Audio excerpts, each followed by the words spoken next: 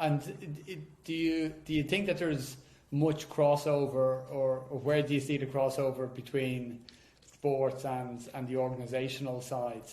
Do you think that there are some lessons, there obviously are some lessons in sports that people in business or in organisations can use, but is there one or two that you've seen that are easily transferable?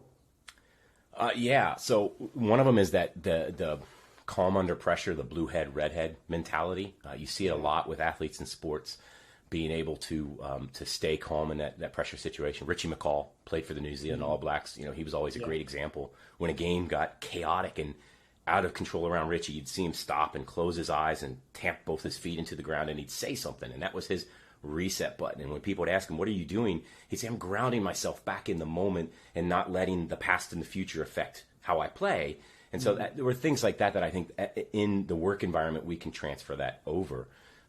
There are a lot of high pressure situations in work. The other one is just some of the general competitive nature. There are things about sport that transcend sport. Sport's been in our DNA. It's always been in society, all the way back to ancient times. And there may have been a little bit more on the line in some of the games in earlier civilizations. It wasn't medals that were being won. It was, livelihood.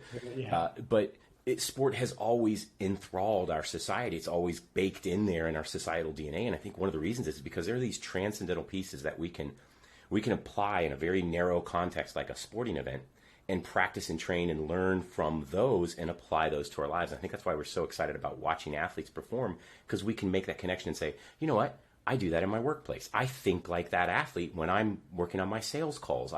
And so we transfer those. And those transcendental items are that competitive nature, are the need to create excellence within your own work, so pride and mastery.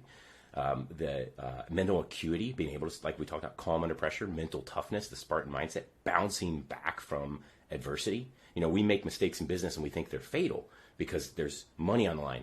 Well, athletes make mistakes in games. It's fatal to them because there's money on the line for them too. There's salaries and jobs. And so I think there's a good similarity between how we recover from a mistake on a sporting field and how we recover from mistakes in the business world. So there are pieces, I think, that transcend sport.